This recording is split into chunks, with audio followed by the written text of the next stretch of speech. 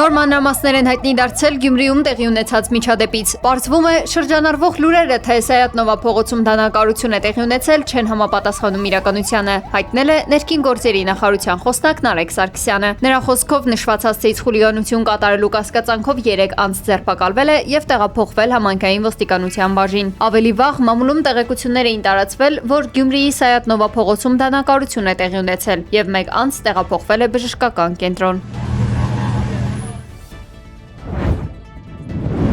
ԲՀԿ առաջնորդ Գագիկ Ծառուկյանը պետք է լիներ տուժողի, այլ ոչ թե մեղադրյալի կարգավիճակով։ Facebook-յան էջում գրել է նրա պաշտպաններից Էմին Խաչատրյանը ու փաստաթղթեր հրապարակել, շեշտելով, որ դրանք ապացուցում են իր պնդումը։ Պաշտպանի փոխանցմամբ Multigroup կոնցեռնը 2026 թվականի փետրվարի 14-ին եւ մայիսի 31-ին Իրանի իրավասու մարմիններին բողոք է ներկայացրել Արման եւ Էֆրեմ Օլամայինների, Համլետ Թումանյանի եւ Հաջի Ալի Օլամայի դեմ։ Նրանք մեղադրվում են խարդախության, փողերի լվացման, ծարարության, վստահության չարաշահման եւ պաշտոնական դիրքի ապօրինի յուրացման համար։ Ըստ հրապարակված փաստաթղթերի, բողոքներում առկա են տվյալներ Ծառուկյանի կողմից 7.5 միլիոն ԱՄՆ դոլար, 7 միլիոն եվրո եւ 20 միլիոն ՀՀ դրամ տրամադրելու մասին։ Բողոքների հիման վրա նախաձեռնված գործերն ընդունվել են դատարանի վարույթ եւ ստացել օրինական դատավարական ընթացք, ապա հանձնվել նաեւ պատասխանողներին։ Խաչատրյանի խոսքով սա եւս վկայում է, որ Իրանի իրավասու մարմինները ներկայացված փաստեր դիտարկել են որպես քրեական իրավական գնահատման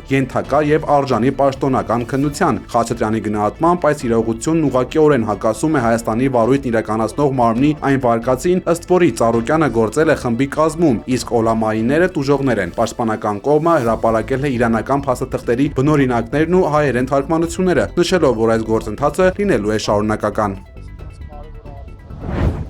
ԱՄՆ կենտրոնական հրամանատարությունը հայտնել է, որ Իրանի դեմ իրականացված գործողության ընթացքում թիրախավորվել են հրամանատարական կենտրոններ, հակաօդային պաշտպանության համակարգերի եւ ափամերձ հսկողության օբյեկտներ։ Վաշինգտոնի հայտարարությունից հետևում է, որ ԱՄՆ զինված ուժերը հարվածներ են հասցրել Իրանի մի շարք թիրախների, այդ թվում Բենդեր Աբբաս քաղաքում։ Իրանի իսլամական հեղափոխության պահապանների կորպուսը հայտարարել է, որ հարվածել է Քուվեյթի ամերիկյան ռազմաբազայի հակաօդային պաշտպանության համակարգի ռադիոլոկացիոն կայանին, ինչպես նաև Քուվեյթի այն հատվածներին, որտեղ ամերիկյան զինծառայողներն էին գտնվում։ Պատասխան հարվածների թիրախ են դարձել նաև Հորդանանում տեղակայված ամերիկյան զինուժի կապի համակարգերն ու վառելիքի պահեստները։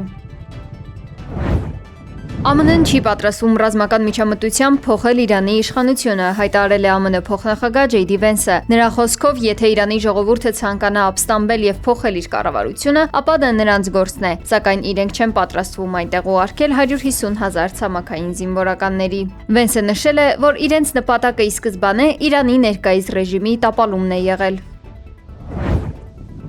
ԱՄՆ Սենատի դեմոկրատները տապալել են 1.15 տրիլիոն դոլար արժողությամբ պաշտոնական բյուջեի նախագիծը։ Քվեարկության ձախողման հիմնական պատճառն Իրանի դեմ առանց կոնգրեսի թույլատվության եւ հստակ ռազմավարության սկսված պատերազմն է։ Ըստ NBC հեռուստաալիքի այդ գործողությունների իրական արժեքը կարող է հասնել 100 միլիարդ դոլարի, ինչը եռակի գերազանցում է Պենտագոնի հրապարակած տվյալները։ Օրենսդիրները քննադատել են սոցիալական ծրագրի կրճատումը եւ ռազմական ծախսերը մինչեւ 1.5 տրիլիոն դոլարի հասցնելու Սպիտակ տան պահանջը։ Այսպիսով տասնամյակներ շարունակ անխափան ընդունվող օրինագիծը վերածվել է իշխանության երկու թևերի միջև քաղաքական լուրջ դիմակայության առարկայի։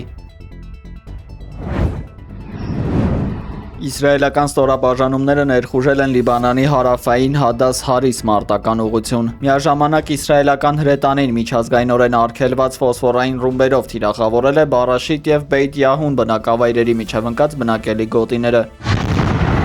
Իրավիճակն էլ ավելի է բարդացել երկրի հյուսիսային Հերմել շրջանում, որտեղ հզոր պայթյուն է որոտացել գազ տեղափոխող բեռնատար ավտոմեքենայում։ Տեղի ունեցած միջադեպի հստակ պատճառների կամ հնարավոր զոհերի վերաբերյալ ստույգ տվյալներ դեռևս չկան։ Ռազմական այս ագրեսիվ գործողություններն ու կասկածելի պայթյունները փաստում են Լիբանանի ողջ տարածքում խորացող անվտանգային անկայունությունը։